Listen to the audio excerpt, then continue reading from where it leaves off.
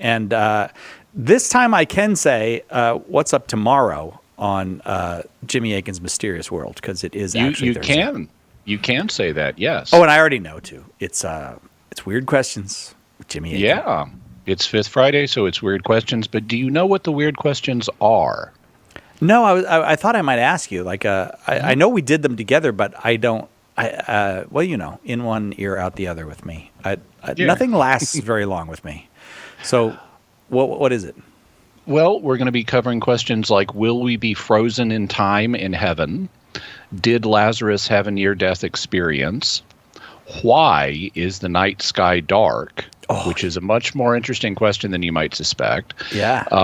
Resurrection. What happens at the resurrection if you've fallen into a black hole?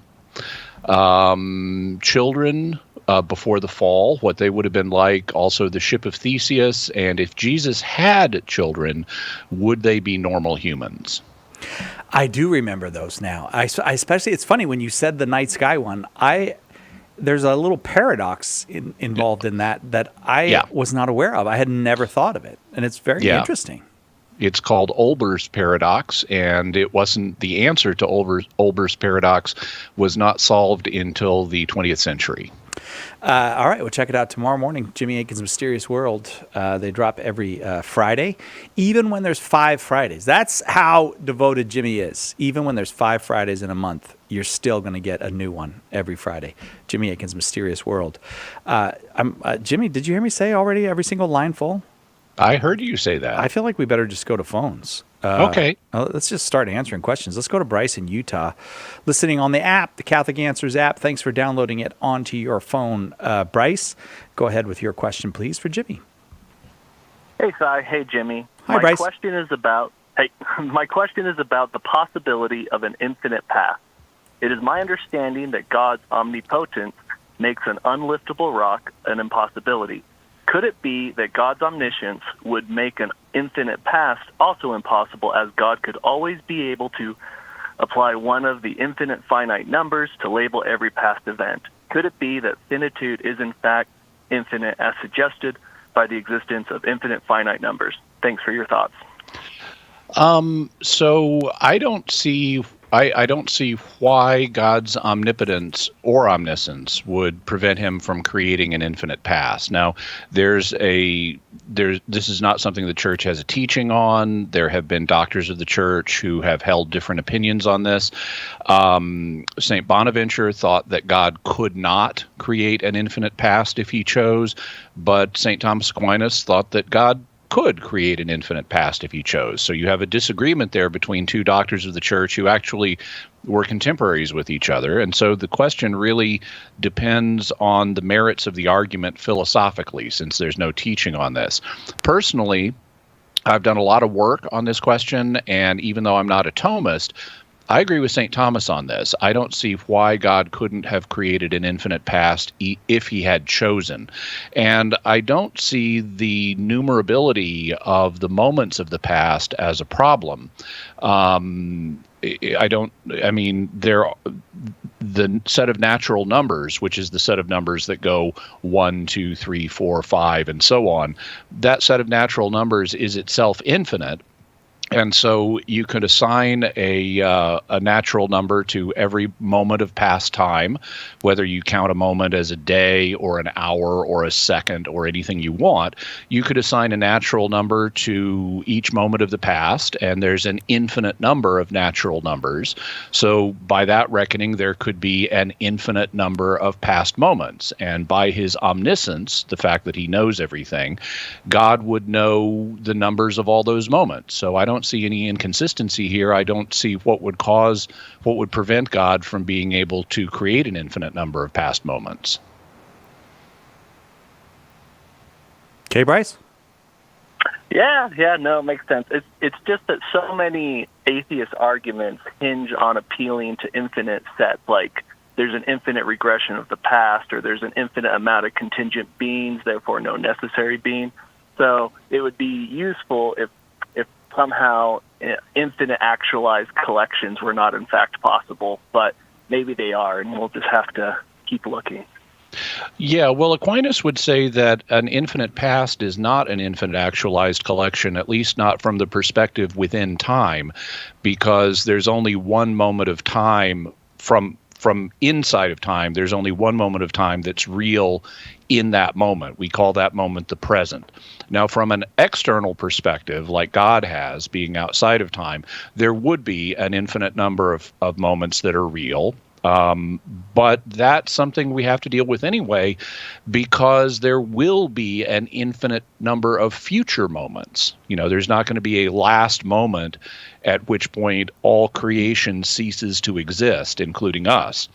So the fact that we are given eternal life means that we have an infinite number of future moments to live. And from God's perspective, outside of time, all of those moments are real. And so we have an infinite collection there. And from God's perspective, it's real. So that's something I think we just have to deal with. There are other ways of handling atheistic arguments, but I don't think appealing to an overly simple version of infinities is the successful way to deal with it. I think we have to be more discriminating than that. Bryce, what a great, interesting question to start us off with. Thank you very, very much. It's open forum today. Jimmy Akin is our guest. Lots of folks on the line. So we go to Megan in Wisconsin watching on YouTube. Megan, go ahead with your question for Jimmy.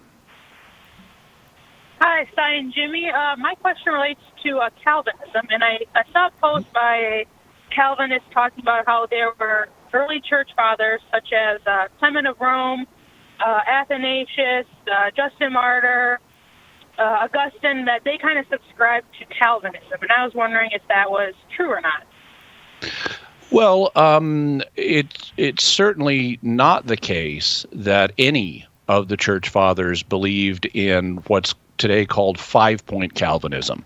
Calvinism is traditionally defined as having 5 points that are expressed in the acronym TULIP. Sometimes you'll have a version of Calvinism known as 4-point Calvinism, which omits one of the 5. But one of the things that all Calvinists, at least people who are classically called Calvinists, one of the things they all agree on is a doctrine called perseverance of the saints. And according to the doctrine of perseverance of the saints, if you ever come to God and are saved, so you enter a state of grace, God will preserve you in that state so that you can never lose your salvation. In other words, there is either no such thing as mortal sin, or if there is such a thing as mortal sin, God will never allow a saved person to commit a mortal sin. And that is something that none of the church fathers believed, including none of the people you just named. Even St. Augustine, who did have a high predestinarian view, did not believe that in once saved, always saved, or perseverance of the saints. He thought it was possible for a person to enter a state of salvation and then later leave that state of salvation. And so he would not be a Calvinist for that reason. He might have some similarities to Calvinism, but he wasn't either a 5-point or a 4-point Calvinist. Okay, Megan? Yeah, does that kind of tie into, or maybe gets rid of that idea of predestination, of that idea of Calvinism, like not believing in that kind of once saved, always saved? Well, it's certainly not traditional Calvinism if you have someone who says you can enter a state of salvation and then leave it. Whether you're 5-point or 4-point, Calvinists believe in perseverance of the saints, and that is not something that was taught by any of the church fathers, including St. Augustine. And Megan, that brings us to our break, so I'm going to leave it there. Thank you very, very much for that. Lots of folks on the line. We continue with Open Forum with Jimmy Akin on Catholic Answers Live right after this. We're here for you. Call now. Catholic Answers Live. Underwriting for Catholic Answers Live is provided by Real Estate for Life. Real Estate for Life connects home buyers and sellers to real estate agents while supporting pro-life organizations. On the web at realestateforlife.org. Faith is a precious gift from God. As the largest religious media network in the world, EWTN has an important role in educating others about our Catholic faith and spreading the good news of salvation. We invite you to explore our numerous pages of historical faith documents, prayers, teachings, and other current issues in Catholicism today. Visit EWTN.com and click Catholicism. EWTN, the Global Catholic Network.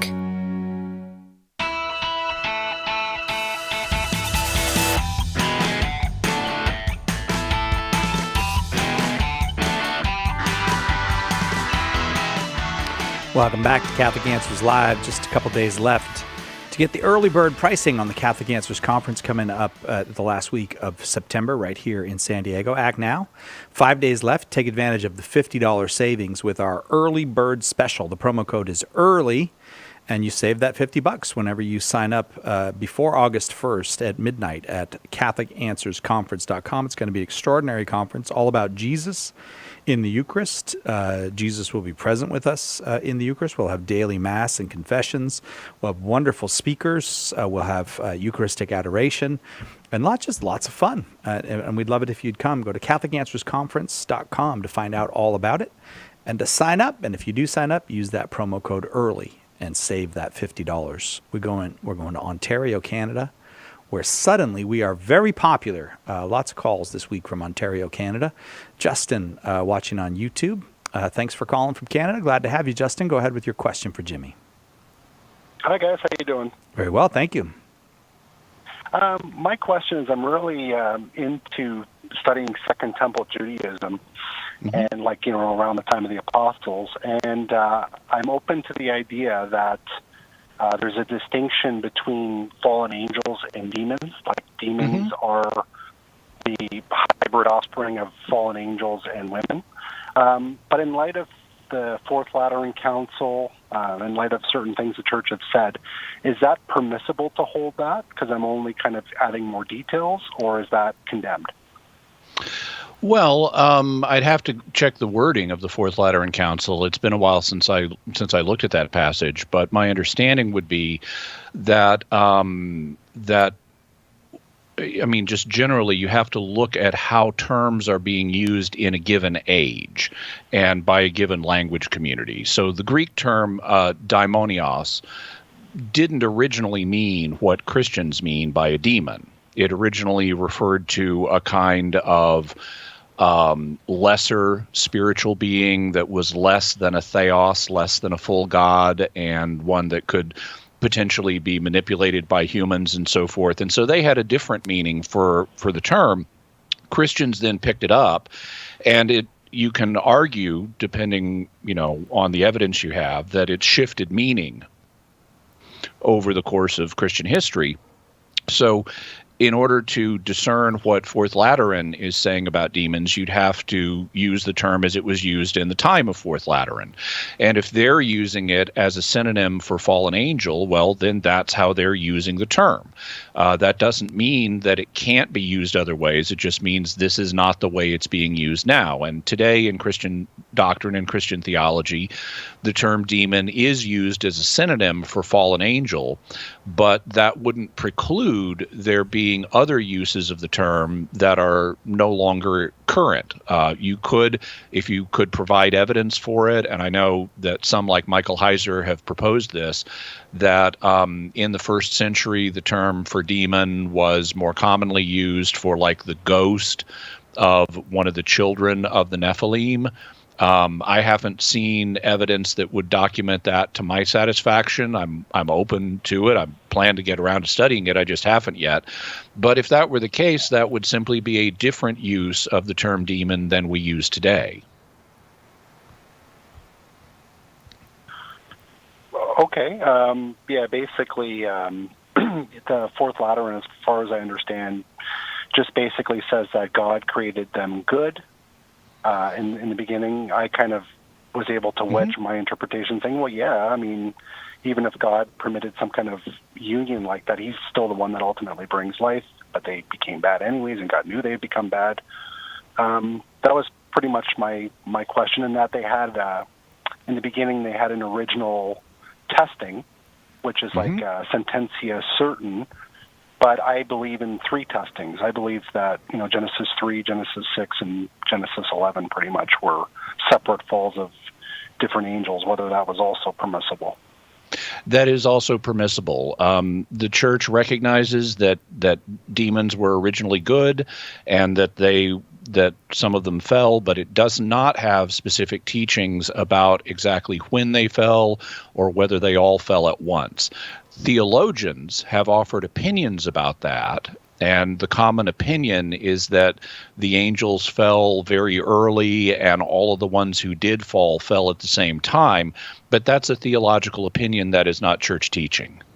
And I'm going to leave it there, Justin. I hope that was helpful to you. Thank you very, very much. But the lines just continue full. So on we go to Bob in Florida, also listening on the Catholic Answers app. Bob, go ahead with your question for Jimmy.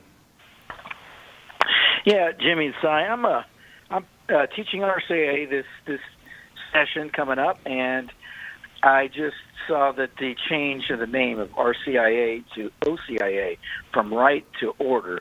I have yet to find a good explanation of why that is, and I was hoping you could help me out, because I know it'll be a question. Yeah, my understanding is that the reason for that is that in the Latin, it has always been referred to as using the Latin term ordo, which can be translated different ways. And originally, a few decades ago, when the liturgy was first being put into English, the translations were rather loosey-goosey, and so they translated it as right rather than more, in a more etymological way as order, and they've gradually tightened things up. At least that's my memory of this change, but I could be mistaken about that. But that's my memory, that it's always been the order of Christian initiation in Latin, and now they're just adjusting the English to reflect that. Okay, there's no difference between order or right then. Well, no, they're basically the same thing in this context. Bob, thank you so much for teaching in the RCIA. Maybe I'd love to send you a book. And something that might be of help to you is Jimmy Akin's A Daily Defense, 365 Days Plus One to Becoming a Better Apologist. Because maybe as you're doing the RCIA classes, you'll come up against questions that are in that book, and it'll help you answer them. So if you want to hang on the line, I'll be happy to send you Jimmy's book, A Daily Defense. I, however, am going to keep moving because I got to get as many on as I can, and there's lots on the line. Travis in Michigan watching on YouTube. You are next up, Travis. Go ahead with your question for Jimmy. Hi, Si. Hi, Jimmy. Thanks for taking my call. Happy to. Si, I gotta ask you. Did you get my email from the other day? You and Joe were joking back and forth about your books, and I just wanted to let both of you know that I bought 2 copies of each of your books, so you can at least say that you have sold 2 books. Oh, my mom bought one, so I'm up to 3 at least. But I did not get the email. Did you send it to radio@catholic.com?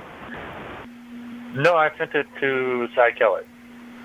I think my email here is ckellett@catholic.com. Or C Kellett, yeah, I'm not sure, but I'll check. But I'm sorry, I don't remember seeing it, but I would remember that if you told me you bought 2 copies of my book. I'd definitely remember that. Yeah, and don't feel left out, Jimmy. I have like 4 or 5 of yours, but only because I feel kind of drawn to you because you are number 2 of the people I've encountered in my entire life that pronounce a certain word a certain way. And my late fiance was the other one, and that word is ancient. So you hold a very special place in our lives because of that. Well, thank you. People have told me that I pronounce ancient in a unique way, but it's just the way I grew up saying it and hearing it. I don't even hear an alternative pronunciation. I don't know anyone who would say ancient, which is how it's spelled, but nobody says it that way. So you're apparently picking up on a difference that my brain is not wired to hear. Apparently. But I just wanted to let you know. My question, though, is I was wondering if there were any particular requirements for becoming a deacon, like necessary to be in the Catholic Church for a certain amount of time, or any schooling. Likewise, if there's anything special to become an apologist or even just a spiritual leader. I'm kind of discerning what I want to be since my fiance passed, and I'm so sorry to hear that. Leading towards. Yeah. Well, one thing I would recommend, because so I'm a widower, my wife passed on, and people wondered after that happened, would I become a priest? And it was something I discerned, but I concluded that the priesthood is not the best way for me to serve God. I would recommend not making any decisions right now while you're still going through the grieving process.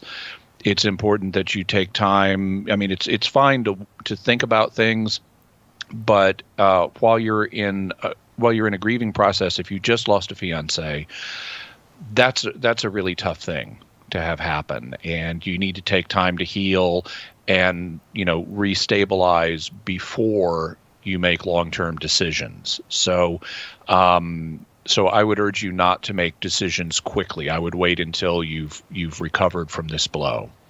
In terms of the specific question you asked, well, there are requirements for being a deacon. There's not. I don't think there's a specific one for how long you've been in the Catholic Church.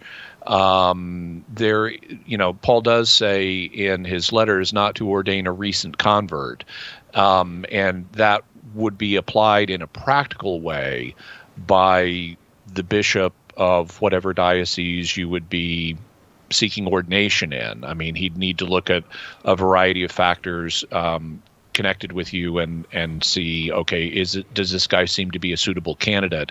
There are educational requirements, but those in the case of permanent deacons are typically met by a diaconal education program that occurs in the diocese. It takes a few years, but the diocese sees to that.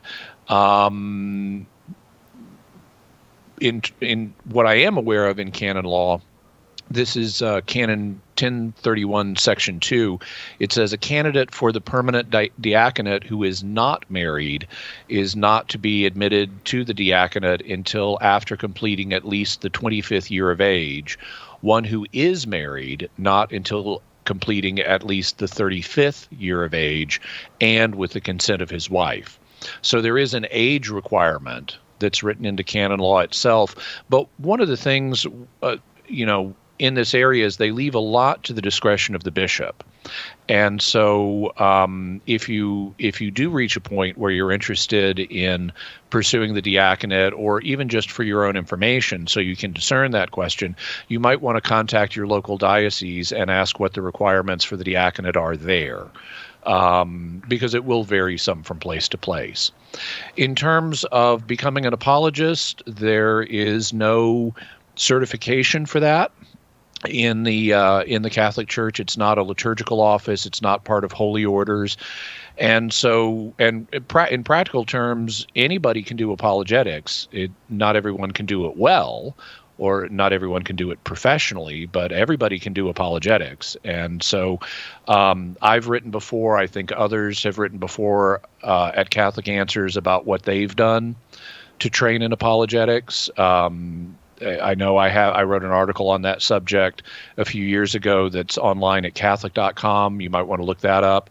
More broadly, in terms of being a religious or spiritual leader, that's not a set office, and so it really happens in a lot of different ways. Ordinary people can be religious leaders in their families or their local communities, as long as they're leading people in the right way and in harmony with the church and church programs and under obedience to the bishops. That doesn't mean that they have a formal office, but unless they're ordained or something like that. There are also other things that one can do, like become a catechist, become an RCIA instructor, lead a Bible study at one's church. And there are frequently diocesan certifications for those, to make sure that the catechists are going to teach what the church teaches and so forth. But that's something you could also pursue by contacting your diocese. And that's the music, Travis. God bless you, brother. Thank you very much for the call. I'll look for the email. I'm still catching up from some time I was out, so I'll look for the email. But thank you very much. And lines continue full, so lots more open forum with Jimmy Akin when we continue right after this on Catholic Answers Live.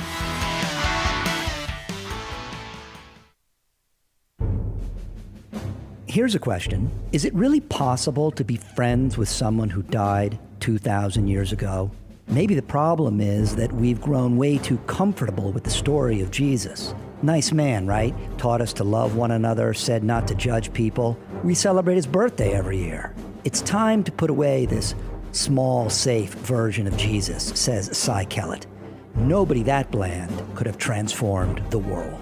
In A Teacher of Strange Things, Cy presents Jesus Christ undiluted by sentiment, with all his radical words and deeds uncensored. Do you know someone, your son or daughter perhaps, or maybe your mom or dad, who needs the friendship of Jesus Christ? Do you? Order your copy of A Teacher of Strange Things by visiting shop.catholic.com today or asking for it at a good Catholic bookstore near you. Have you enrolled in the Catholic Answers School of Apologetics? Let me ask you a more important question. Do you believe as a Catholic that you have an obligation to share the Catholic faith? In fact, the Church has answered this question, and the answer is that all confirmed Catholics are obliged to share the faith. It's actually in canon law. Catholic Answers is here to help you fulfill that obligation. Our School of Apologetics courses will equip you to help all the people you come in contact with understand what the Church teaches and why. A great place to start is with all the Catholics in your life. Learn the art of apologetics from the best of the best and start sharing the gospel today. Visit schoolofapologetics.com. That's schoolofapologetics.com. Did you know you can access Catholic Answers Live right from your phone or other mobile device? Download the Catholic Answers Live app today. The Catholic Answers Live app, available now on iOS and Android. Tomorrow morning on the Sunrise Morning Show, we'll celebrate the feast of Saints Martha, Mary, and Lazarus and get a preview of the Sunday Mass readings with Father Hezekiah Carnazzo. Now back to Catholic Answers Live.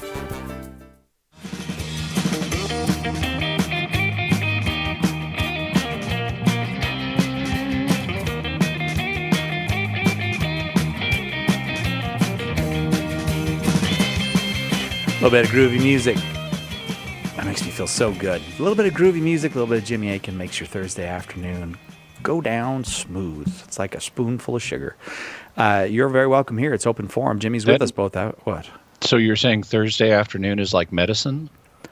Yes.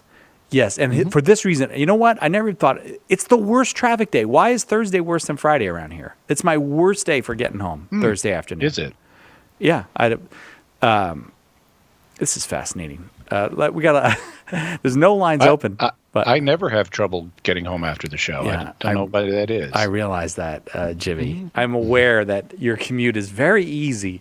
The number is 888-318-7884. You're going to have to keep trying, though, because the lines keep filling up really quick. We'd love to take your call, and if we can get you in during those times when somebody else hangs up, we'll do that. We're going to go to Boston, Massachusetts now. Joseph in Boston, Massachusetts, listening on Catholic.com. Glad to have you with us, Joseph. Go ahead with your question for Jimmy.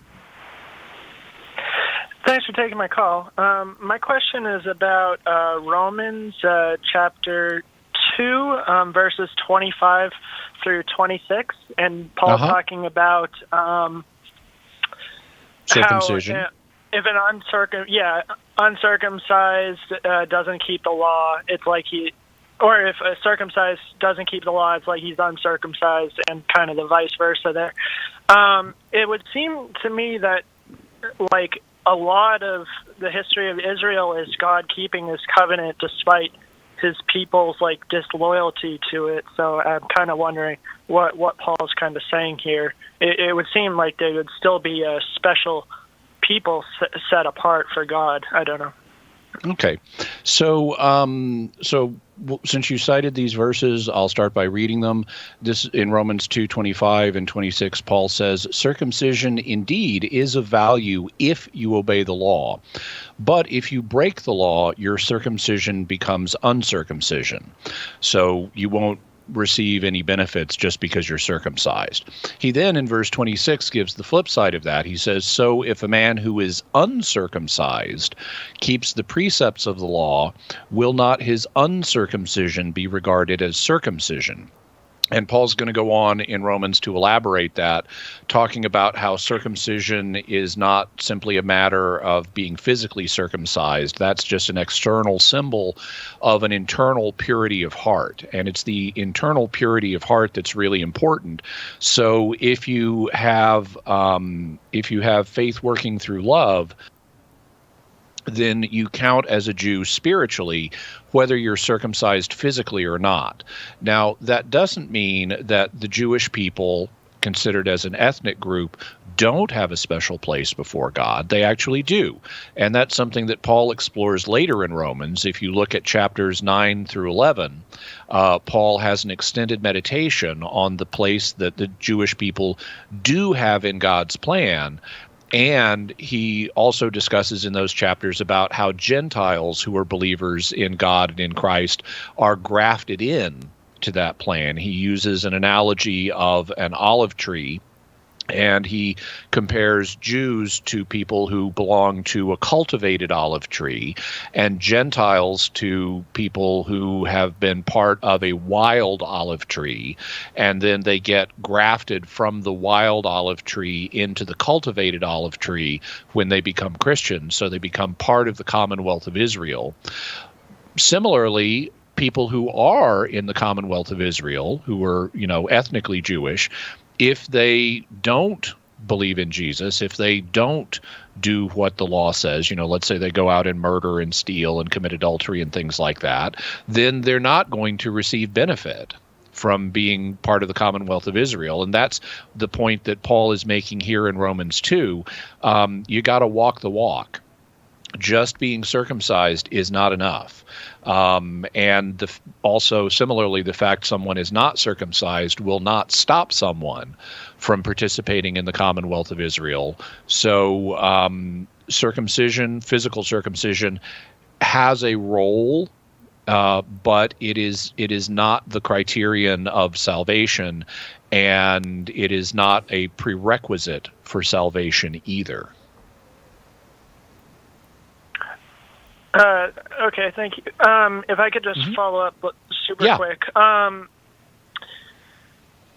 So when you say walk the walk, I guess here it would seem so you can't murder or do it. Would that be separated as it is today in the church by serious sin and non-serious sin, or mortal versus venial?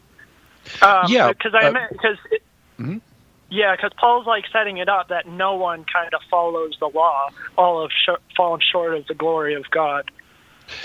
Well, the law that Paul is primarily concerned with is the law of Moses.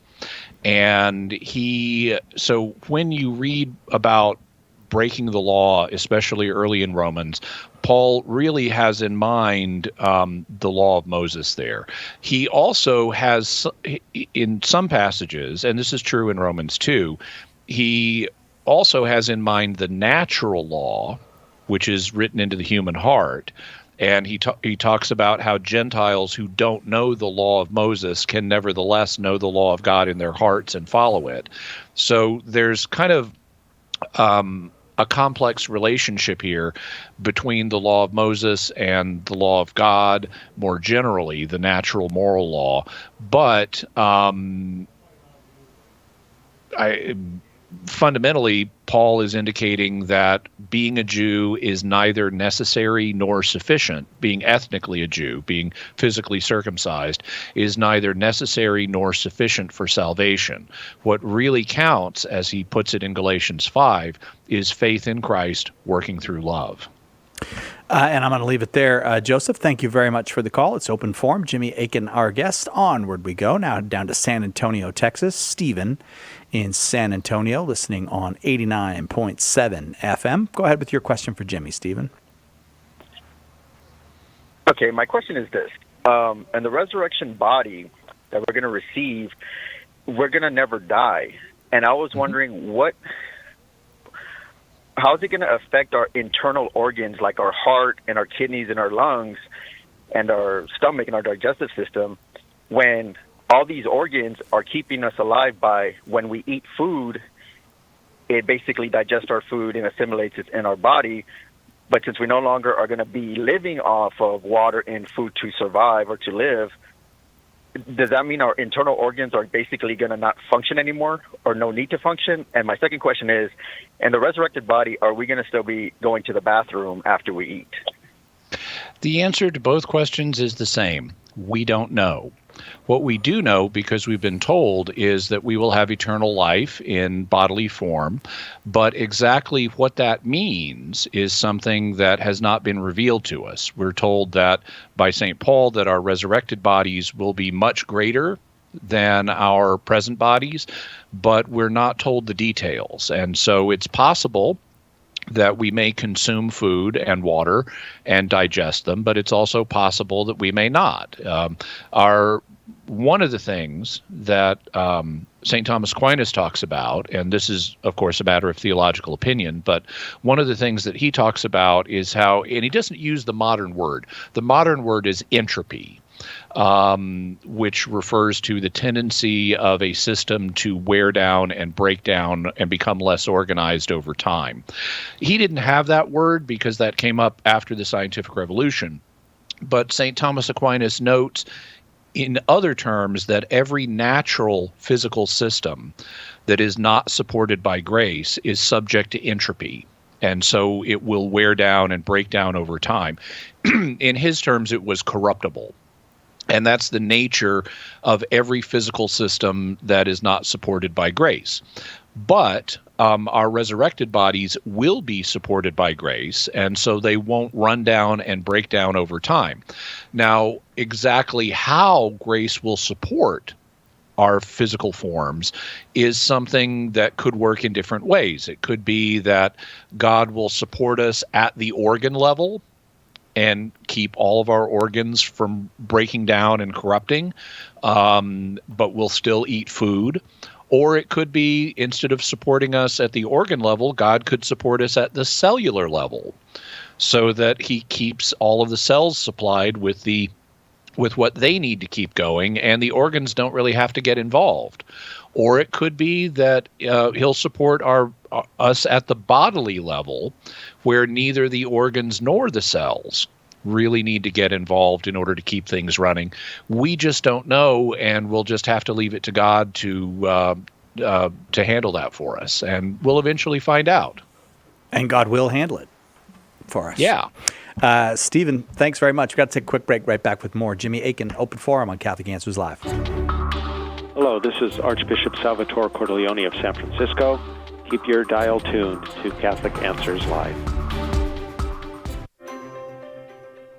You've heard that St. Paul Street Evangelization supports hundreds of teams of evangelists sharing the good news. But did you know that some of these teams are public prayer stations? Set up a sign on the sidewalk and offer prayer and encouragement to those you encounter. Everyone needs prayer. Try this new method of witnessing to Jesus. Contact St. Paul Street Evangelization to get started at streetevangelization.com. That's streetevangelization.com.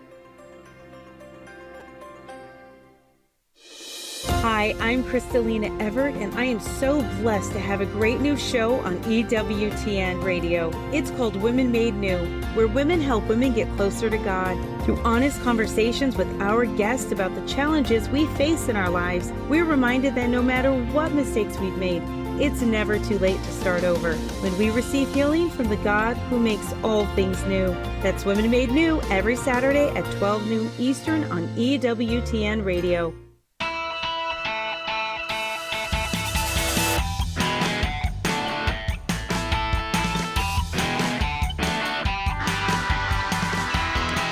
Welcome back to Catholic Answers Live. I guess we're having fun because time is just flying for me this hour. I don't know how it is for you, but it's just flying for me. And lots of great questions ahead. It's open forum. By the way, 2 hours of open forum. So if you're on the line and we're not able to get to your question by the top of this hour, just hang on and we'll get to it right away in the second hour. And if you haven't been able to dial in your question this hour, but you still got one, well, you got a whole hour coming up right after this. I think we're going to Marlena in Michigan, listening on the app, the Catholic Answers Live app. Marlena, thank you for downloading the app onto your phone. Go ahead with your question for Jimmy. Hi, thanks for taking my call. So I have a friend who is Protestant. I mean, when we talk about the visibility and invisibility of the church, they refer to the quote that Jesus is the cornerstone. I think it's Ephesians chapter 2. And since a cornerstone is a basis and foundation of a building, some way or another they point to the church that Jesus created is an invisible church. So I'm just hoping you can point to some evidence of the visibility of a church. Okay. So one of the common things that happens in discussions of this nature is people will kind of camp out on their favorite verse that has to do with the foundation of the church, and they'll ignore all of the other verses that speak about it. In the case of the cornerstone passages, well, Christ is referred to as a cornerstone of the church, but a cornerstone is not the only part of a foundation. A cornerstone is the corner part of the foundation, hence the name. Psychelet, why is a cornerstone called a cornerstone? It's over in the corner. It's over in the corner, that's right. And you use it to orient the other stones in the foundation. And so in Ephesians, you have St. Paul saying that the church is built on the foundation of the apostles and the prophets. The prophets in this case are best understood as the New Testament era prophets, people like Agabus and so forth, who were prophets in the New Testament era. And he says Christ is the chief cornerstone. So that depicts Christ as part of the foundation, but not all of the foundation. And there are other passages that use different images for the foundation of the church. In fact, there are 5 different images that are used in the New Testament.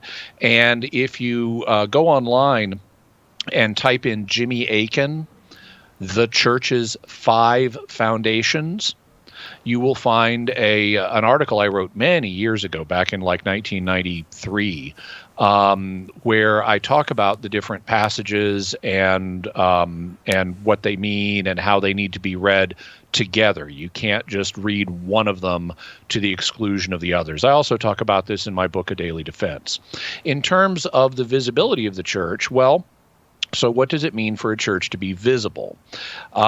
Basically, it would mean it has an identifiable membership, so you can tell who's a member and who's not.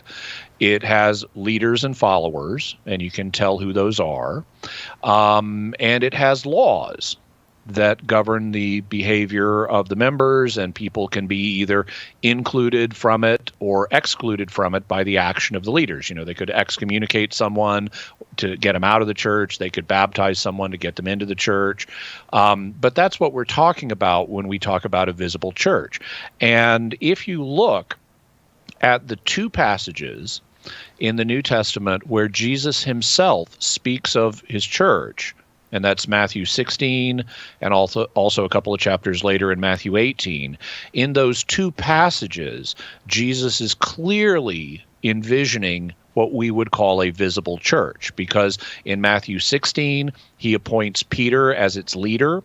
And there are various ways to show that that's exactly what he's doing. He also gives Peter the keys to the kingdom of heaven and says, whatever you bind on earth will be bound in heaven. Whatever you loose on earth will be loosed in heaven. That power of binding and loosing was a Jewish idiom that we know from other sources. It's not just here in the New Testament. We have it in other sources. It's the power to make and abolish laws and policies. So he's giving Peter the power to make and abolish laws and policies. That's another component of the visible church. He later he doesn't share the power of the keys, but he does share the power of binding and loosing with others in Matthew 18. And also in Matthew 18, he says that if a brother, so that's someone who's in the church, if a brother sins against you, you want to try to correct him personally, but if you're not able to get satisfaction, then take him before the church, and if he doesn't listen to the church, then let him be as a Gentile or a tax collector to you, meaning someone who is not a member of the church. So that's a reference to excommunication. And so we see here, we've got leadership, we have a visible membership where people are either in or out of the church. It's not just a spiritual state. You can tell, are they a member or are they not? And we have the power of lawmaking. So all of those elements of Jesus's church indicate he's talking about a visible church. And so when he says the gates, he's going to build his church and the gates of hell are not going to prevail against it, that means his church is a visible institution that has been with us since the 1st century. And I explore more of that in a paper that I wrote. It's on my website, jimmyakin.com. It's called Why Be Catholic? An Exercise for Evangelicals. And I go through all of that in more detail in that paper if you'd like to look it up. Again, it's called Why Be Catholic? An Exercise for Evangelicals, and it's at jimmyakin.com. Marlena, thank you very, very much. Appreciate that question. I hope that was helpful to you. Up next, we go to Joseph in St. Louis, Missouri, listening on Catholic.com. Glad to have you, Joseph. Go ahead with your question for Jimmy. Well, thank you guys for taking my call. I love you guys. Here's my question. All right. So in the book of Joshua, when the Israelites are attacking all the cities, are those cities like Jericho? Are they all military forces, or are they just, the normal villages and towns with all the civilians? I asked the question because, if it's literal that all the women and children were wiped out, then fine. But I'd rather prefer the reading that they just attacked military fortresses instead. So I was wondering what you were thinking on that. Well, I don't have any evidence that these towns were simply military installations. They weren't like military outposts. They were towns that had people living in them who were civilians, and that certainly includes Jericho. Jericho is the oldest continuously occupied city in the world. It actually goes back a long time before the arrival of the Israelites. It's as far as we know, it's the oldest city, and it wasn't just a place for stationing officers. There were civilians who lived there. Now, the question, there is a debate about exactly how we should read the passages pertaining to extermination, because these passages were written significantly after the times when the Israelites came in. The book of Joshua was not written immediately in Joshua's time. It was written sometime later. And as a result, there may be a kind of looking back on things with a kind of holy hyperbole of, we came in and we did God's will perfectly, and that meant getting rid of all paganism. Well, except we know that they didn't really literally get rid of all paganism, because paganism continued to be a problem. We even have places where it talks about, like, they exterminated the Amalekites, but then the Amalekites are still alive later on. And so there's a question about how literally some of the extermination passages are meant. And I would say that whatever happened, it did not result in all of these people being wiped out, or they wouldn't have been around later to cause problems in Israel. Joseph, thanks very much for that question. I think I can get at least one, maybe two more on before the top of the hour, so I'm going to try to do that. Hope that was helpful. Go to New York. Oh, New York City. New York City. Austin, watching on YouTube. Go ahead with your question. You're so piquant when you say that. I am. I am piquant. Yeah. Hello? Hi, Austin. Go ahead with your question for Jimmy. Oh, you guys hear me? Yes, we can. Yeah. Through the magic of the telephone. Right, it was not the phone dropped, so I had to call back. Oh, well, we're glad you're here now. Go ahead. Oh, great. So my question is, what's the difference between, and I mean like the biblical meanings of, like, difference between wishing, praying, and desiring? Okay. Well, I would say, and I'd have to do, to really answer this in a scholarly way, I'd have to go do a bunch of research. But just impressionistically, desire is the most fundamental of the three, and desire is an emotion.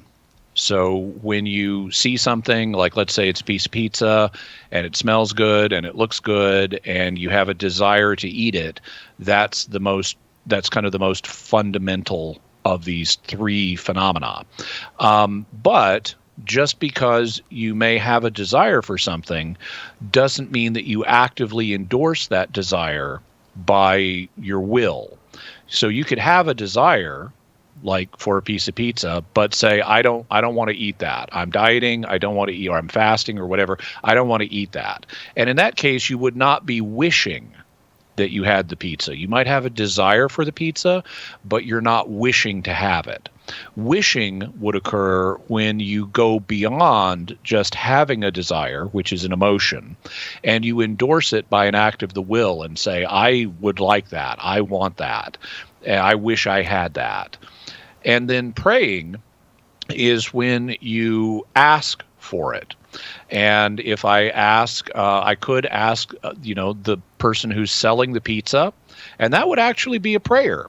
Originally in English, the term pray, which comes from the Latin word prex, it just meant a request.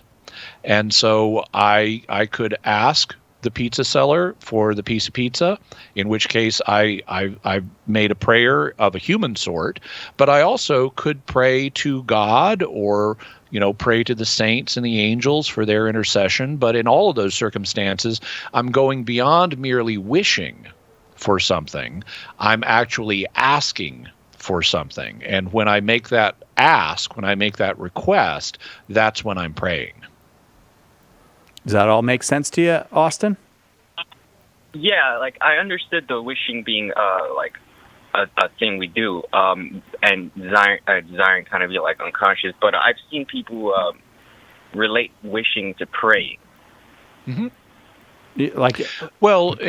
Typically there is a wish that's behind every prayer. If I pray, please heal my grandmother, well, I'm wishing also that my grandmother be healed. And so wishes are behind prayers, but not every wish is a prayer. You need to take some kind of action. That goes beyond it. There is a bit of a fuzzy boundary. Because there are places like, for example, in St. Paul's letters, where he'll say things like, Christ have mercy on this person. And it's not clear, is that an actual prayer or is it just a wish? Because the form of the language he's using is not 100% clear. And as a result, you'll sometimes see biblical scholars referring to these as wish prayers or something like that, where it's kind of on the border. It's a little ambiguous. Is he just hoping for this or wishing for this, or is he actually invoking, God by saying this? And my inclination is to say he's actually invoking God. He's not talking to God directly. He's not saying, oh, Jesus, have mercy on this person. But by saying, may Jesus have mercy on this person, or Jesus have mercy, he is invoking Jesus. He knows Jesus is listening and is going to hear that. And I think there is a conscious element of prayer there, even if it's not expressed formally as a prayer. Austin, we're going to have to leave it there because we are at the very end of this hour. But don't worry, if you're on the line, stay there. If you haven't called yet, you can call 888-318-7884. Jimmy Akin, our guest. It's open forum. That means open to anybody and any question that you've got. I cannot remember if I don't think we've had questions from non-Christians today or non-Catholics, but you're very welcome here. If you're just curious or you want to challenge us on something, 888-318-7884. Be right back with more open forum. Lots and lots of questions for Jimmy Akin right after this on Catholic Answers Live.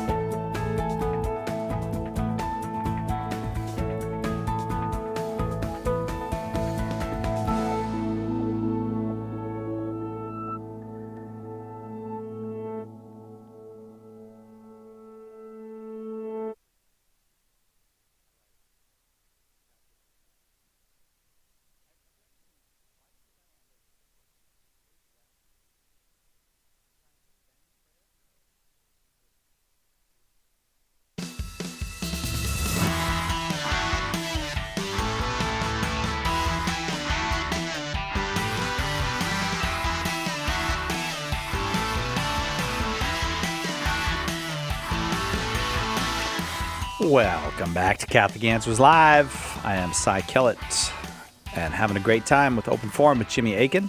Jimmy Akin, of course, senior apologist here at Catholic Answers, the author of a whole bunch of things, including A Daily Defense, 365 Days plus one to Becoming a Better Apologist. The Bible is a Catholic book. The Words of Eternal Life, True Happiness and Where to Find It. And also the host, I shouldn't say the host, the proprietor of Jimmy Akin's Mysterious World, because the host in most instances is Dom, right? Well, Dom Bettinelli is the host of many shows on StarQuest. I would say in Mysterious World's case, properly speaking, I'm the host and Dom's the co-host. Oh, gotcha. Okay. Yeah. That makes sense. Yeah. Lots of fine work going on over at that network. Is it growing? Are all you got a lot of growing podcasts? As a network, it is growing. In fact, I was just doing a year-over-year comparison spreadsheet of our growth, and we went from a few 100,000 back in like 2018, a few 100,000 downloads a year to into the millions now. Hey, that's great. That's great. And I imagine Jimmy Akin's Mysterious World leading the way, but we're about 60% of the network. 60%, yeah. And tomorrow it's Weird Questions with Jimmy Akin that'll drop at Jimmy Akin's Mysterious World. So check that out, including why the night sky is dark. It's not as easy a problem as you think. Once you start to think about it, this little paradox, it's like, wait a second, why is the night sky dark? The number here, by the way, if you've got a question, even if it's that one now, if you want to call and get like a preview, 888-318-7884. First up this hour is Josh in Louisiana, listening on 90.5 FM, Christ the King Radio. Glad to have you, Josh. Go ahead with your question, please, for Jimmy Akin. Hello. Thanks, Cy and Jim. It's a pleasure to speak with you. You too, Josh. Thanks. I'm dealing with some situations where I feel the need to apologize, and we do this in confession as part of our faith. My peers are, when I mention this question, say apologizing is a sign of weakness. I'd like to get Jimmy's view on how, I guess, just some differences of opinions that I'm having with his coworkers mostly. Just give me some advice on how I can deal with this. Well, I'll do what I can. I don't view apologizing as a sign of weakness. In fact, I tend to, if I suspect I've done something wrong, or if I suspect that I've offended someone and I didn't mean to, or whatever, I tend to apologize very quickly. I want to get ahead of the curve, and I go to the person and I'll say, I'm sorry, this is what my intent was, and I'm sorry it didn't come off that way, and I apologize if I offended you. And I tend to apologize very quickly, and that's something that other people have noticed about me, that I do that. On the other hand, that doesn't mean that it's always prudent to apologize. There are situations in which it can cause worse outcomes if you do. These days, for example, there is cancel culture going on, which Pope Francis himself talked about, the other day in Canada about cancel culture. And if you apologize to the cancelers, they're just going to use that against you. And so there are a lot of situations today where, especially in public, I'm not talking about interpersonal dynamics, but in terms of public things, it's better not to apologize and just let a storm blow over rather than responding to it. But on the personal level, my inclination is to apologize to people quickly and make it up. So I guess there's a difference, there's kind of a blurry ground between what's public and what's private. Some things are known to a group of people, and you have to take into account, the group dynamics and, how will this apology play in that group.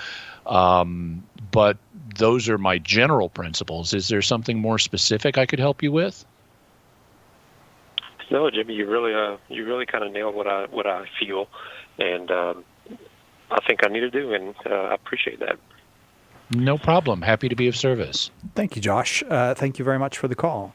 The number is 888-318-7884. When the Pope apologized the other day for some behaviors of some people in the church, this is the way I heard it reported on the radio. This is the guy setting up his show. I was in my car, and he's setting up his show, and he goes, Pope Francis apologized for the treatment of Native peoples in Canada. But lots of people say apology is not enough. And I'm like, oh my gosh, it just is like, sometimes it just feels like a game. Like, okay, apology is not enough, but it is an apology. Like, and lots of people accepted the apology. It just feels like, it does feel a little bit at that point, like, I guess, cancel culture. Like, it's just mean. Okay, he's trying. Yeah. And there are similar things, like one of the things that linguists talk about, in fact, the linguist Steven Pinker talks about this, is a phenomenon known as the language treadmill. And what happens in the language treadmill is there will be a term that has negative connotations. And so because the term has negative connotation, or it's the euphemism treadmill, I'm sorry, because the term has negative connotations, people will come up with a euphemism for it. But then the negative connotations of the first term will transfer to the second. And so they'll get a new euphemism. And they keep going just one term after another. The term keeps changing because the negative connotations keep following it. You have to keep coming up with a new euphemism. And what happens is if you look back into history and say, oh, wow, that term is offensive, or that mode of language is offensive, well, it may not have been at the time. Yeah, the euphemism train has hit several stations in the meantime. Exactly. And in the same way, people can use modes of language, that are, older people can use older modes of language, and they're not meaning it offensively at all. But it may get taken that way by hypersensitive people. And in those cases, it's better not to issue an apology. It's like, sticks and stones may break my bones, but words are not going to hurt me. No. I'm not going to take responsibility for someone's outrage at an outdated term or an older term that was not meant offensively. No. Get up, grow up, and don't worry about it. Yeah, and I think just because of the way... And I'm not talking about the N-word there. I'm talking about all kinds of other terms. Yeah, right. The things that were... As a matter of fact, the thing that I think the way you were describing it implies this, that the thing that was actually the progressive, we're trying to do better term 15 years ago is now the retrograde, unacceptable language. And then, which if you get old enough, you kind of go, well, yeah, but how long is this one going to last? I mean, 15 years from now, you're going to be the bad person because you said this in this way or framed it in that way. Oh, well. And it's just another sign of how people need to loosen up and not be language police and treat others with some flexibility and kindness. Yeah, I'm down. I like that, Jimmy. Let's go to Manuel. Well, you would, but then so would everyone. except for all the psychopaths. Other than that. Yeah, other than the psychopaths. I know. They're nothing but trouble. Manuel, right here in California, listening on Catholic.com. I'm glad you're with us. Go ahead with your question for Jimmy. Thank you for taking my call. I had two very related questions. I was reading Frank Sheed's Theology for Beginners, and I had a little bit of confusion on what exactly is the nature of man. Because if we're just a spirit-body composite, how are we still man after we die? Oh. Well, the standard view is that we're not fully men after we die. That we are, that you really need you need your body in order to be a full human being, and so we're part of a human being after we die, but we're not a full human being until the resurrection occurs. Okay, great. So my second question's pretty related. Is Jesus' soul separate from his divine nature, or was his divine nature what animated his body? Okay, so the Catholic theology doesn't like using the word separate when it comes to the different components of Christ. It prefers the term distinct, and Jesus's human soul is distinct from his divine nature, but it is not separate from his divine nature. As soon as his human soul came into existence, it was in hypostatic union with his divine nature, and it has never ceased to be in hypostatic union with his divine nature. In terms of what applied to his body, well, the soul is the animating principle of the body and is the form of the body, and so it would have been his human soul that, quote unquote, ran his human body. But at the same time, his divine essence was also hypostatically united with both his body and his soul. Now, there is a question of whether his divine nature was united directly with the body, or whether it was united with the body through the soul. And as far as I'm aware, that is not something that the church has settled yet. I could be mistaken about that, but that's my memory. And so as far as I'm aware, that question is still doctrinally open and subject to theological opinion. Manuel, what great questions, and what a great book you're reading. I got to take a quick break, however, so we will leave it there. We'll be right back with more Open Forum with Jimmy Akin right after this. Let us help you with your question today on Catholic Answers Live. Do you have a question but prefer to ask it privately? Catholic Questions can help. Go to CatholicQuestions.com to ask your question online, email us, drop us a letter, or give us a call. Longtime Catholic Answers Live apologist and author Jim Blackburn or another Catholic Questions apologist will be happy to assist you. Catholic Questions proudly supports Catholic Answers Live, so visit us at CatholicQuestions.com today. That's CatholicQuestions.com. EWTN, communicating the faith. First, I want to say thank you for your ministry. It keeps me going every day. You're helping a lot of people, yes. And God bless y'all. Keep up the righteous work. Well, we love your program. I love EWTN. I love it all. Thank you for that comment, and thank all of your callers 100% every day. Oh, thank you so much, and thank you for all that you do. I listen to you guys all the time, and I love EWTN.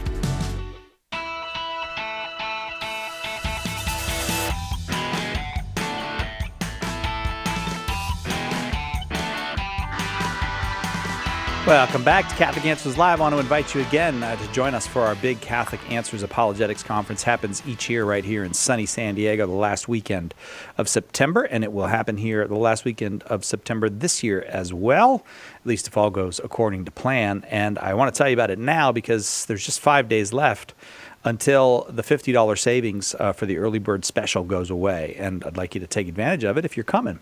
Just go to CatholicAnswersConference.com, put in the promo code EARLY, save $50 on any ticket that you buy, and then come hang out with us. We're going to have a great time. There's going to be wonderful speakers, many different angles and ways of approaching the understanding and some of the controversies surrounding the presence of Christ in the Eucharist. It's pretty much the most kind of important issue for us to address as a church these days, especially because so many people are separated from the Eucharist in one way or another by misunderstandings or by faulty understandings, and this will be a great opportunity to get empowered to straighten all that out. CatholicAnswersConference.com is where you go.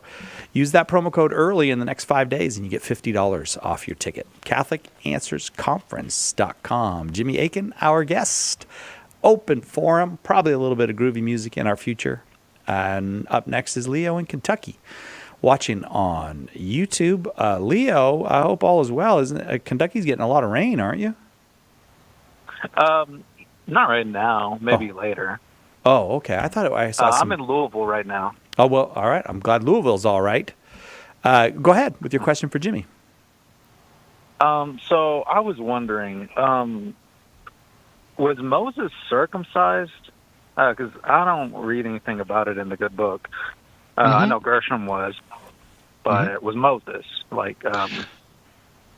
Yeah, so there is So we don't have a record, at least not a clear one, of Moses being circumcised, but circumcision was a requirement for being part of God's covenant with the Jewish people, and it had been a requirement as early as Genesis. So Moses shows up in Exodus, that's after Genesis, and so unless his parents were non-observant, you would have expected Moses to be circumcised on the 8th day after birth, because that was the time when you circumcised a baby boy. On the other hand, his circumcision is not mentioned in Exodus chapter 1. And I am aware, I don't believe this, I don't think it has any historical value, but according to some in the Jewish community, Moses was actually born circumcised. He was one of 7 special people, including other people like Adam and so forth, who were circumcised. I think that's just a pious legend. I don't think that has any truth to it. But I do think Moses was circumcised. Now, there's a question about when it happened. It's possible that it happened when he was a baby on the 8th day or thereabouts, but the 8th day is when it should have happened, and if his parents were observant of that part of the law, that's when it would have happened. On the other hand, there is a very mysterious passage that crops up in Exodus chapter 4, where Moses and his wife and son are heading back to Egypt. And it says that at a certain point on their journey, God was going to kill Moses. And Moses is basically like paralyzed. And his wife Zipporah circumcises their son and then touches the foreskin to Moses' feet and says to Moses, "Surely you are a bridegroom of blood to me." And this is a very mysterious passage that scholars have wondered about for literally thousands of years, because it's not exactly clear what's going on here. The way it reads on the surface, it looks like God is punishing Moses for not having circumcised his son. But then we have this statement about Zipporah touching the foreskin of the son to Moses' feet. And feet, speaking of euphemism treadmills, is a Hebrew euphemism for the male organ. And so whenever you read about someone doing something strange with someone's feet in the Old Testament, you have to ask the question, is this a reference to their genitals? And if that's the case, then there might be more going on here than just Moses has failed to circumcise his son. He may have failed to be circumcised himself, and Zipporah may be rectifying that fact in some way with this procedure. So it's possible that Moses could be circumcised here in Exodus 4. It's also possible he could have been circumcised at some other time, but since he's the mediator of the Mosaic covenant, and since one of the requirements of the covenant was circumcision, I feel very confident in saying Moses was circumcised at some point. Leo. At least that's how we should understand it. Thanks, Leo. Appreciate the call. Appreciate the question. Going to keep moving. More open forum and lots of questions to get to. Elijah in New York watching on YouTube. Elijah, go ahead with your question for Jimmy. Hey, Fine Jimmy. Thanks so much for taking my call. I might be your first Protestant caller, but I'm seriously considering the claims of the Catholic Church, which is partly why I'm calling. Wonderful. My question is related to the tradition of tradition, if you will. I've been reading John Henry Newman and Ives Congar, and find them really compelling. But one of the things I keep hearing from my intelligent Protestant friends is that guys like these represent a pretty big departure from previous Catholic statements on tradition. And certainly when you go back to like the time of the Council of Trent, it looks as though the idea of tradition was that it was simply this unwritten apostolic tradition that was passed on orally. My question is, has there been any magisterial definition of what constitutes the tradition, such that John Henry Newman and Ives Congar, people like that, could legitimately be considered to be kind of outside of the norm? Does that make sense? Well, the question makes sense. The answer to the question is no. John Henry Newman and Eve Congar's understanding of tradition is not unacceptable from a Catholic point of view. Now, the concept of tradition has been understood in different ways in different periods of church history. Fundamentally, tradition is something that has been passed down from the apostles either explicitly or implicitly that is binding on Christians. And so, and actually by that standard, Scripture itself would be considered part of tradition because it's something that has been handed down explicitly from the time of the apostles, and it's binding on Christians. And that's actually how I tend to think about it, with Scripture being a subset of tradition, although you can also consider them in another light. The document that deals most directly with tradition is a document that came out from the Second Vatican Council. It's called Dei Verbum, which is Latin for the Word of God, and it deals with both Scripture and tradition because they both convey the Word of God. It also deals with the Church's magisterium, which is the interpreter of the authoritative interpreter at any event of the Word of God, and it is compatible with John Henry Newman's thought. It's compatible with Eve Congar's thought, and I would suggest reading Dei Verbum, and also they're reading the section in the Catechism on tradition and doctrinal development. Incidentally, I have a book that might benefit you. It's called Teaching with Authority, and it deals with Scripture and tradition and the magisterium. So, Cy Kellett, host of Catholic Answers Live, why don't we see if we can send Elijah a copy of Teaching with Authority? I will do that by looking over at Edgar. Edgar? Yes, we can. Elijah, hang on. We'll send you a copy of Teaching with Authority. Just give your details to Edgar, and we'll get that in the mail for you.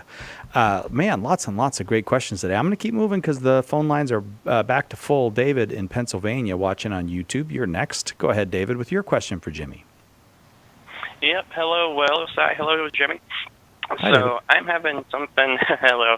I'm having something of a theological meltdown that I was hoping Jimmy could help with. I hope. Regarding, yes, me too.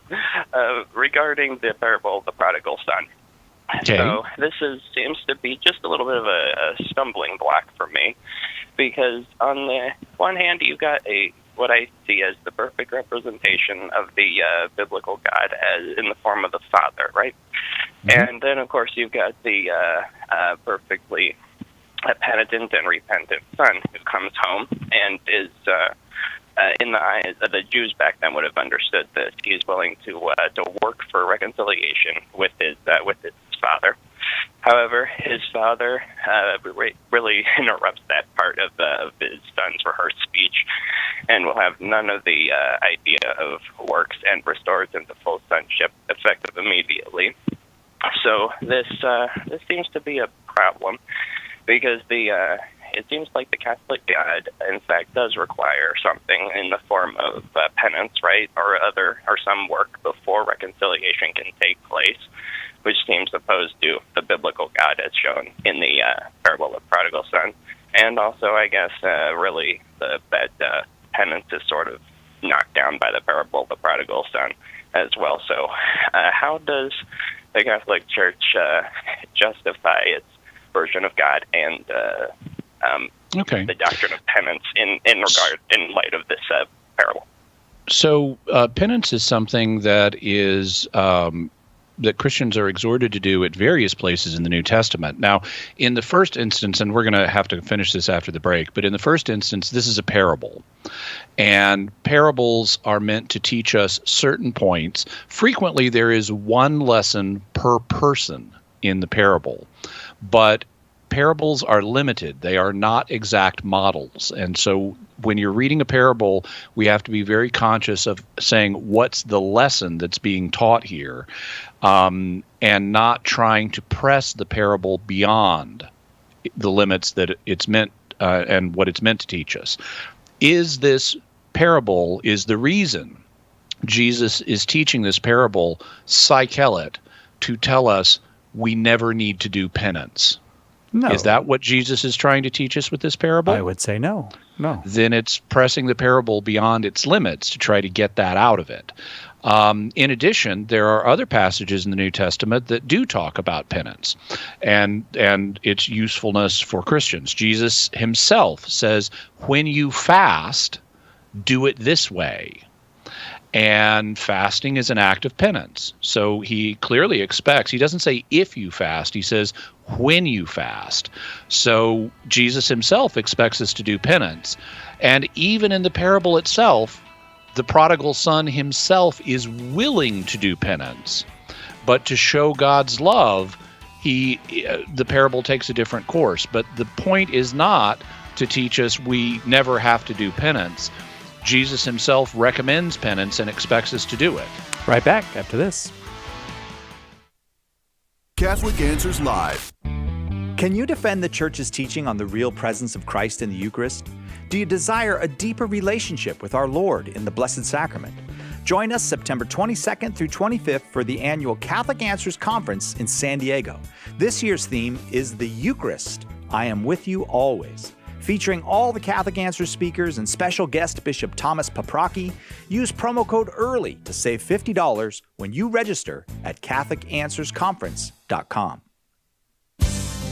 Want to know more about the origins of the Catholic Church? Joe Heschmeyer explores the beginnings of Christianity. In the early church was the Catholic Church. Joe digs deep into the words and actions of those who lived right after the apostles to refute anti-Catholic claims of how the faith was lived back then. Order your copy of The Early Church Was the Catholic Church today at shop.catholic.com or get it at a good Catholic bookstore near you. Here's a question. Is it really possible to be friends with someone who died 2,000 years ago? Maybe the problem is that we've grown way too comfortable with the story of Jesus. Nice man, right? Taught us to love one another, said not to judge people. We celebrate his birthday every year. It's time to put away this small, safe version of Jesus, says Cy Kellett. Nobody that bland could have transformed the world. In A Teacher of Strange Things, Cy presents Jesus Christ undiluted by sentiment, with all his radical words and deeds uncensored. Do you know someone, your son or daughter perhaps, or maybe your mom or dad, who needs the friendship of Jesus Christ? Do you? Order your copy of A Teacher of Strange Things by visiting shop.catholic.com today or asking for it at a good Catholic bookstore near you. Tomorrow morning on the Sunrise Morning Show, we'll celebrate the feast of Saints Martha, Mary, and Lazarus and get a preview of the Sunday Mass readings with Father Hezekiah Carnazzo. Now back to Catholic Answers Live.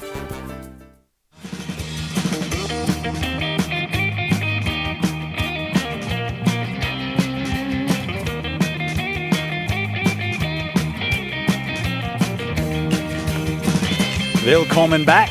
Catholic Answers Live. I'm Cy Kellett, your host, Jimmy Akin. Our guest, there's the groovy music. And I think you handled the prodigal son thing, so I'm ready to move on to Miami. Ready to take a little trip down to Miami. Chris in cool, crisp Miami, Florida, listening on the TuneIn app. We're glad you're here, Chris.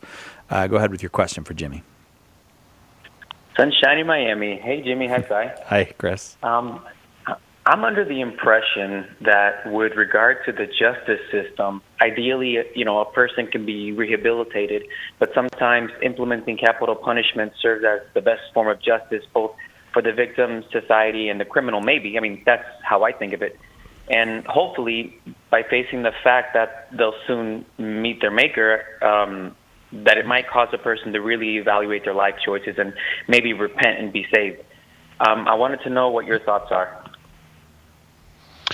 Well, there is a diversity of opinion on capital punishment, and I certainly recognize that it has a marvelous tendency to focus the mind if one is sitting in solemn silence in a dull, dark dock in a pestilential prison with a lifelong lock, awaiting the sensation of a short, sharp shot from a cheap and chippy chopper on a big black block.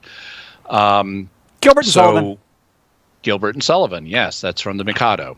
And I think that there are people who may repent better if they are confronted with their own mortality than if they are put in a pestilential prison with a lifelong lock and not confronted with their own mortality, because I don't think a lot of prisons are actually that good at reforming people. They can have degrading effects on people that may worsen their moral state rather than improve it. So I recognize the legitimacy of that argument. On the other hand, there are counter arguments, and I think it really is going to depend on an individual case, because there some people will benefit from not being executed, and they will reform. Other people will, whether they're released or not, they can come to repent of what they did. Like, for example, Charles Watson. He was a member of the Manson family. He was known as Tex Watson, and he's housed here in San Diego in a prison. He is very unlikely to ever be released, but he reformed. He turned his life around. He gave his life to Jesus.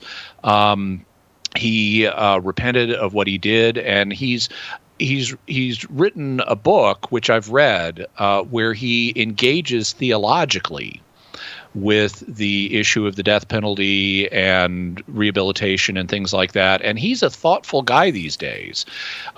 He will quote, he's not Catholic, but he will quote from the church fathers and interact with them. And it's clear he's intellectually engaged with his faith. Yeah. And so he's an example of someone who did repent. Because the California Supreme Court in the 1970s abolished the death penalty in California, and his sentence was commuted to life in prison, which then it was commuted anyway. On the other hand, I think there are other people who would benefit from having a confrontation with their own mortality and say, this is going to be it. I need to get right. Rather than just stewing in prison for decades. So I think it varies by individual. And because it varies by individual, that would make it a judgment call what general policy should be. Okay. Okay. Yeah, because I was told, I heard from a priest friend that it's it might be a mortal sin to support it, and so I wasn't really in agreement with that. Yeah, well, that certainly goes beyond what the church has said. The most recent development on the ecclesiastical front is Pope Francis had the catechism altered to say that the death penalty is inadmissible today for various reasons. That is not the same thing as saying it's intrinsically immoral, and it would be difficult from my perspective to see how it could be intrinsically immoral given its endorsement in Scripture. It seems more intelligible to me to say, well, maybe we're at a place in society where it's no longer needed, or maybe not, but at least the idea that it should be inadmissible today is more intelligible to me than saying that Scripture and the church have been fundamentally wrong about this, and it has always been intrinsically evil. I find that a much harder position to defend. So I would certainly not regard your position as one that involves mortal sin. It seems to me what the priest told you goes well beyond what the church actually teaches. Thanks, Chris. Appreciate the call. Going to go to Anthony in South Texas now, listening on Catholic.com. Anthony, thank you for your call. Go ahead with your question for Jimmy. Hi, how are you doing? Another non-Catholic here. Hey, very good. We're glad to have you.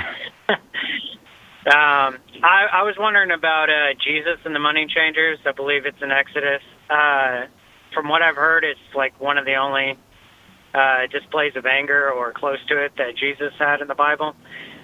What exactly was the impetus behind that?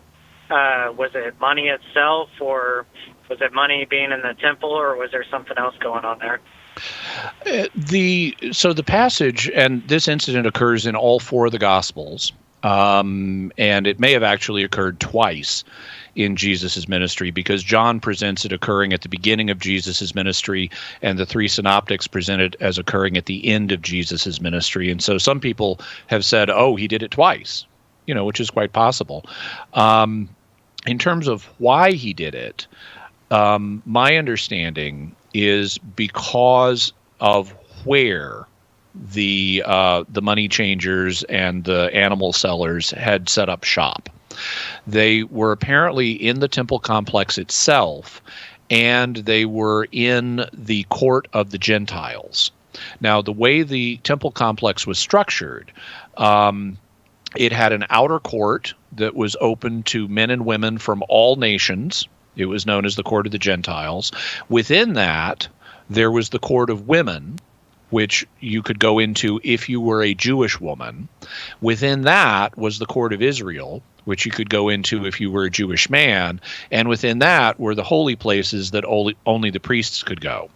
And so there were these different zones of the temple that were appropriate for different people. And the money changers had set up shop in the space that was reserved for the Gentiles to come worship God. And Jesus quotes a prophecy from the Old Testament about this, saying, "My house shall be called a house of prayer for all the nations." And so the idea was people from any nation could come here and worship the God of Israel. And in fact, they did.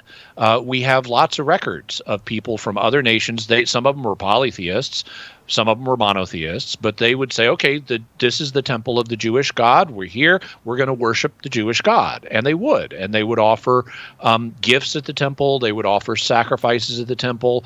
The Emperor Augustus, subsidized sacrifices at the Jewish temple. And so there was actually quite a lot of involvement of Gentiles worshiping at the Jewish temple. And here are these people making a buck, taking up the space that's reserved for the Gentiles to worship God. It's, that, to my mind, is what Jesus was objecting to. It wasn't simply that they were making money or anything like that. It's that they were consuming space that was reserved for Gentile worshipers of God, and they cared more about making the money than letting Gentiles come and worship God in this space that was set aside for them to do exactly that. Anthony, I want to leave it there. I hope that was helpful to you, but we got to take our break. We'll be right back with more Open Forum with Jimmy Akin on Catholic Answers Live. Hang on. Catholic Answers Live will return in a moment. Underwriting for Catholic Answers Live is provided by Real Estate for Life. Real Estate for Life connects homebuyers and sellers to real estate agents while supporting pro-life organizations. On the web at realestateforlife.org. Go forth and preach the good news. It's not just a suggestion. If you want to take more seriously the command of Jesus to share the gospel with those around you, consider joining St. Paul Street Evangelization. It's a grassroots organization that brings the Catholic faith to the streets in a non-confrontational way. Visit our website, www.streetevangelization.com, to learn more.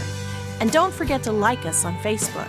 It's time to do our part. The most original and exclusive Catholic content is on EWTN Radio. I'm a Dominican, and St. Dominic was an itinerant preacher who ran around and touched people's lives by open-air preaching. The radio opens the possibilities of doing this to the entire world in a very intimate sense. EWTN Open Line Thursday with Father Brian Mulady. Tonight, 10 Eastern on EWTN Radio.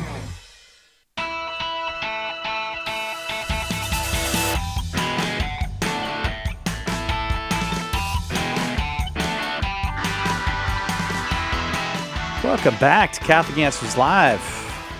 Time is just flying today. The calls have not stopped coming. We've had every single line full for the full 2 hours, and now come to our last segment with Jimmy and a whole bunch of great questions to get to. So I'll get out of the way and let people ask their questions. Let's go to Matthew in Central Texas, watching on YouTube. Matthew, we're glad you're here. Go ahead with your question.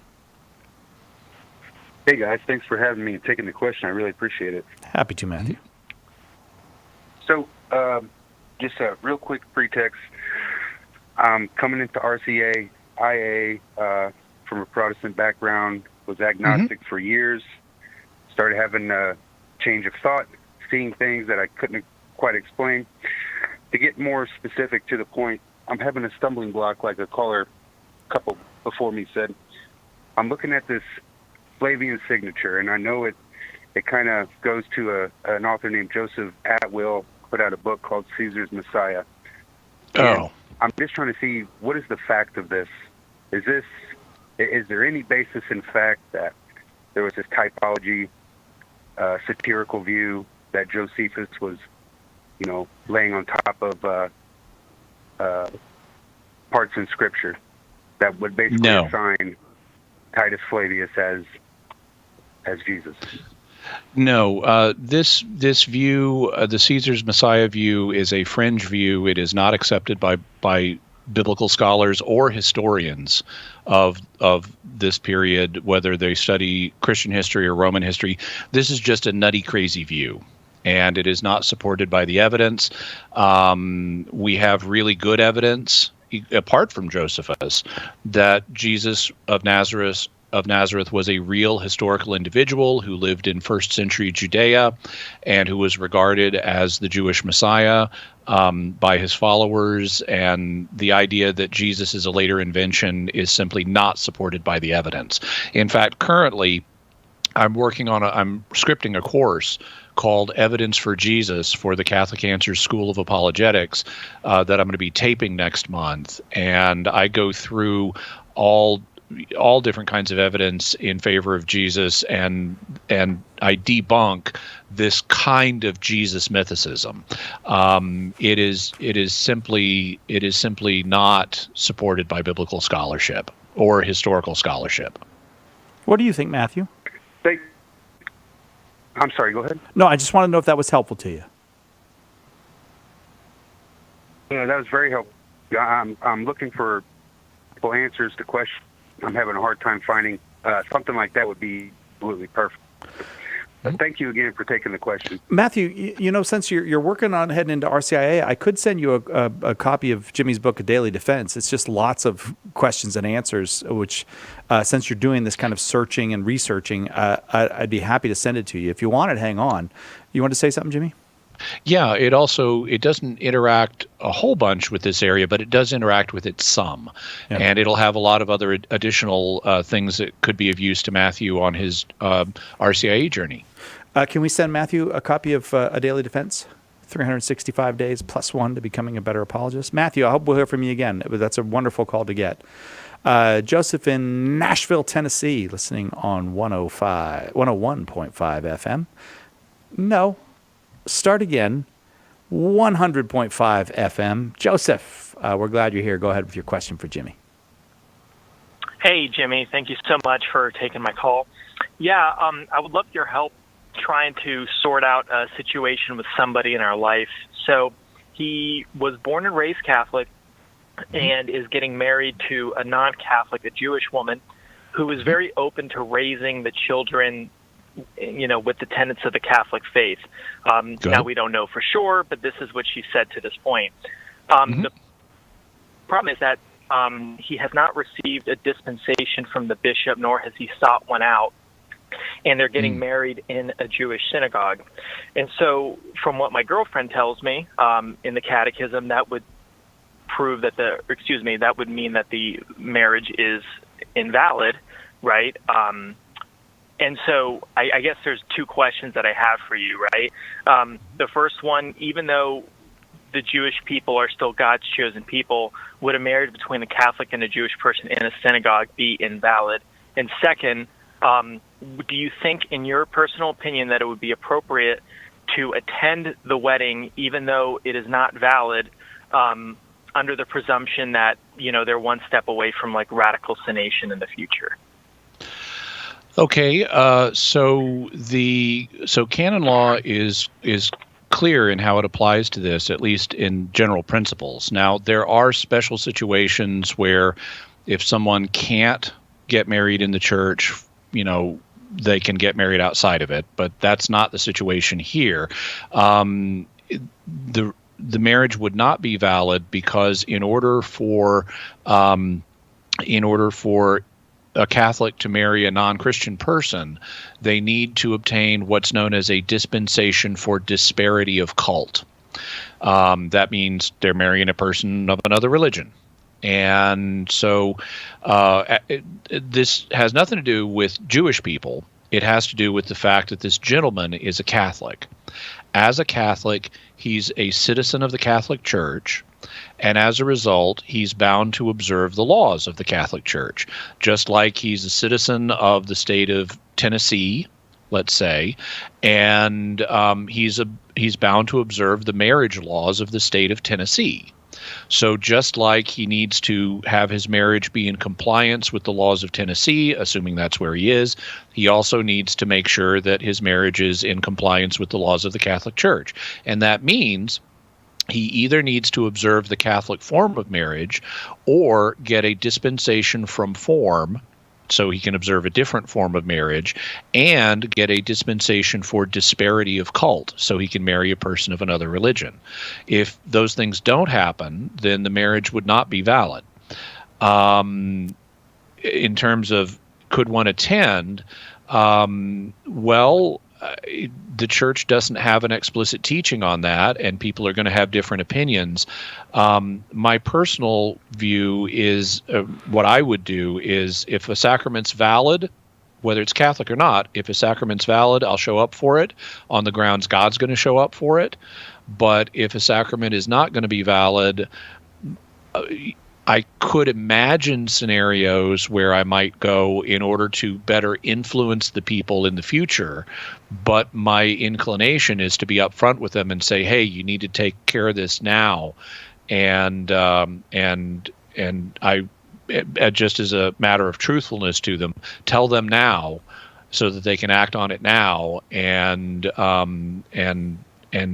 deal with it in that way, rather than going and potentially misrepresenting to them the truth about their situation. Joseph, I'm going to leave it there because I do have a chance to get more folks on, and I want to do that before we have to go for the day. I hope that was helpful. Ed in Florida, watching on YouTube, you are up next. Ed, go ahead with your question for Jimmy. Hey, good afternoon, guys. Great to talk to you today. You too, Ed. I had a quick question for you Jimmy, in regards to the apparitions of Mary and St. Joseph with the infant Jesus. Why does he appear as an infant and not as his adult self with certain saints and certain apparitions?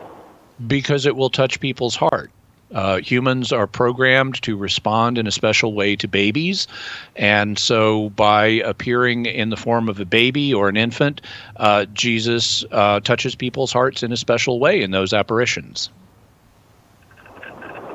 Cool. Hey, I just wanted to say, Jimmy, also, I heard you on Fights of Aquinas earlier. Your explanation about north, south, east, west. That was pretty cool. The thank you. answer that you came up with, so I enjoyed listening to that. Oh, thank you very much. Thanks, Ed. That was a recent one where you were on with Matt. Yeah. Fred? Well, no, Matt was on with Charbel from Australia, but they got into a discussion about could you turn the map of the world upside down? Like if Australian Aborigines had colonized the world, would the South Pole be the North Pole? And they called me out of the blue, and I answered the question for them on the air. That's funny. That's great that they called you. So for two quick questions, though. Did you get any sense that they were serious, that the Aborigines were going to take over the world? No, this was an alternate timeline. Okay, good. Let's do some more questions. All right. Marie in Washington, listening on Sacred Heart Radio. You are up next, Marie. Go to Jimmy. Go ahead with your question for Jimmy. Yes, thank you very much. So, may I ask you one favor? You know why Jesus says that life is tribulation, suffering, and yet God still asks us to have more children. And then actually I'm not for abortion, but I think that it's better not to give birth to children at all. And when I look at the around the construction and everything, I think all the great things people do in their 20s or 30s or 40s, I am almost 60 years old now. And then, of course, like we have a lot of medical problems. and I also have advanced age. Okay. Marie, I think I get the general sense of your question. And what I would say is that babies are awesome because they're new people. And new people are good. And even if we have suffering in this life is not all there is. There's a whole eternity of joy in front of us. St. Paul says that the sufferings of this life are not worth comparing to the weight of glory that God has in store for us. And so as a result, I would say even if children are born in this world and they experience temporary sufferings, those sufferings are not worth comparing to the eternal joy they will have for the rest of time. And so babies are awesome. Go have babies. Go babies. Thanks, Marie. We're moving quick. We can get everybody on if we keep going. So I'm going to say thanks for the question, Marie. I hope it was helpful. Jonathan's in Virginia watching on YouTube. Jonathan, go ahead with your question for Jimmy. Hey, guys. I love the show. Just wanted to say that I appreciate everything you guys do. So here's my question. It pertains to the sons of God, and I'm sure you get this question a lot. But I was doing a little research into the way Orthodox Christianity thinks about this, and I wanted to get your take on it. So what I had heard were that the sons of God were essentially fallen angels who misled the human race by accepting their worship instead of giving it to God and giving the human race essentially technology. And these fallen angels essentially became the ancient pagan gods that these ancient cultures worship. And I was wondering if that could be thought of as an acceptable, interpretation of ancient scripture in the Catholic view. Yeah, now I would have to say, first of all, I'm not sure that what you just expressed is the mainstream Orthodox view. I have not studied this question in light of what Orthodox people in general would say about it. I know there is an Orthodox podcast called Lord of the Spirits that explores that view, and that's not unique to them. This is a view that's also advocated by evangelicals like Mike Heiser. It's also understood in some Catholic circles because it was the understanding in the Second Temple era. I have an episode of Jimmy Akin's Mysterious World on the Nephilim where I talk about this. And so the idea that the sons of God that we see referenced in Genesis 6 and Deuteronomy 32 and Psalm 82 are angelic beings that are put in charge of, well, it depends, not in Genesis 6, but in Deuteronomy it says that at the time God divided the nations, which is a reference to Genesis 11 and the Tower of Babel incident, that God reckoned the number of the nations according to the number of the sons of God. And these are angelic beings who were put in charge of the nations. Some of them later fell and demanded worship for themselves instead of worship for God. We see these angelic entities being referred to in Daniel as princes that are over the nations. He talks about the prince of Persia, the prince of Greece. He says Michael is the prince that has charge of the Jewish people. So not all of them fell. Michael did not fall. In the Psalms, we see God taking his seat among in the divine council and passing judgment on these angelic beings that are called sons of God. There is room for views along these lines, but we need to be careful in how we articulate them. But fundamentally, there's nothing incompatible with the Catholic faith here. In fact, New Testament authors and church fathers frequently identified pagan gods as fallen angelic beings that were related to different pagan nations in various ways. Jonathan, thank you so much for getting the question out so we could get an answer, and we did it. There's nobody else on the line. That's pretty good when you end with the last call of the day. Jimmy, thank you very much. As I said, those 2 hours just seem to fly by. My pleasure, Cy Kellett, host of Catholic Answers Live. Tomorrow morning, Jimmy Akin's Mysterious World. Check it out. Weird questions with Jimmy Akin. Some of them are really weird, and there is that one about why is the night sky dark.